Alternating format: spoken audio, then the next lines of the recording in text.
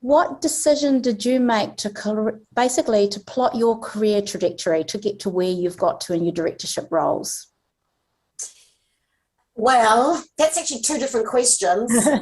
So I decided when I was doing a management degree at Waikato that I wanted to be a CEO of a large company in New Zealand, and I just basically held that. I held that intention very tightly. I really saw myself in that role, and then I took advantage of opportunities as they came up. I didn't plot it out. You can't plot it out. You can't know when your boss is going to decide they want to do something else and the opportunity might come up. In my case, I crashed my car once, and the guy who helped me, that led to me getting my next job. You know, life is way more random than we'd like to think. A career only looks like a noun when you look back. When you're in it, it feels like a verb, just we're careering around. So it's true that I was intentional about becoming a CEO, but I didn't really plot it out any more than that. I refused to be blocked. So if I felt, in my days, there was more overt sexism than there is now. If I felt blocked, I never thought I'd be the only woman to deal with it. I've moved to an organisation that I felt had more perspective and felt newer and fresher, so I did that. But once I became a CEO, and then beyond that, I didn't plan. I'm not a good example of how you go from being an executive director.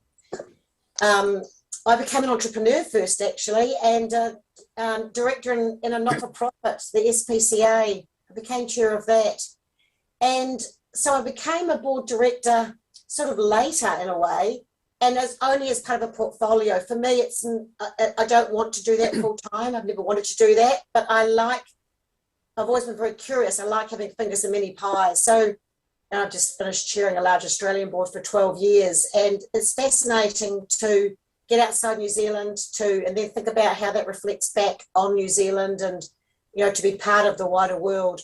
So I'm not the best person to ask about that, but in general, I think that you should network, you should avail yourself of all the opportunities through whatever organisation, Global Women, for example, Institute of Directors. You should accept that it can take time and it's all learning. I definitely think when you're young, it doesn't matter what you do.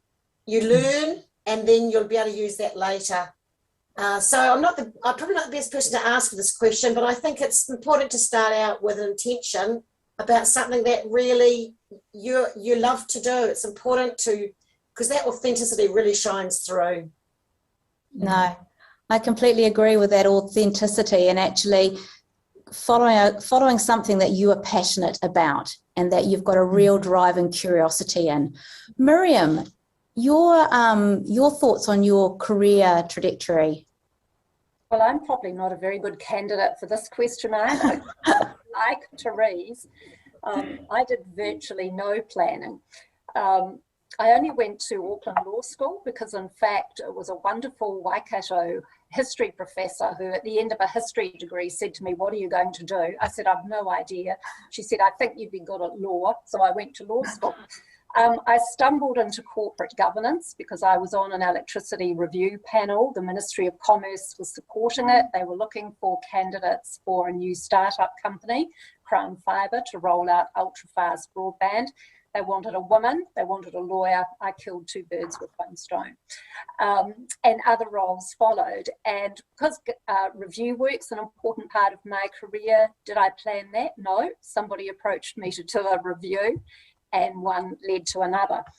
I guess it's partly because I did so little planning for my career that one of the things I'm really passionate about is helping young women in particular in planning their careers, and I run a workshop for young women exactly on that. So I guess I use my own example as to how I didn't plan my career to really get them to think about planning. So, you know, my three mantras with them really are plan. You know, what is your vision? Where do you want to be in 5 years? Where do you want to be in 10 years?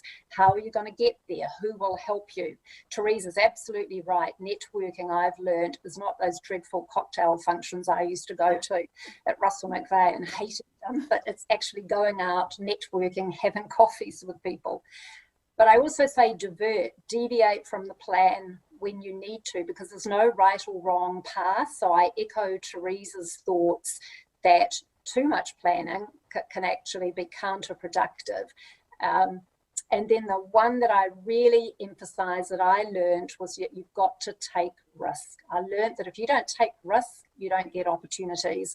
So as scary as it might be, it is really important to take on roles, to take opportunities when they come. And I was at least good at doing that, and learn that it is good to be in that space that I call you don't know what you don't know. It's scary, but it's actually the best space to be. So I've learned from my experience to try and pass on, it is really good to do some planning.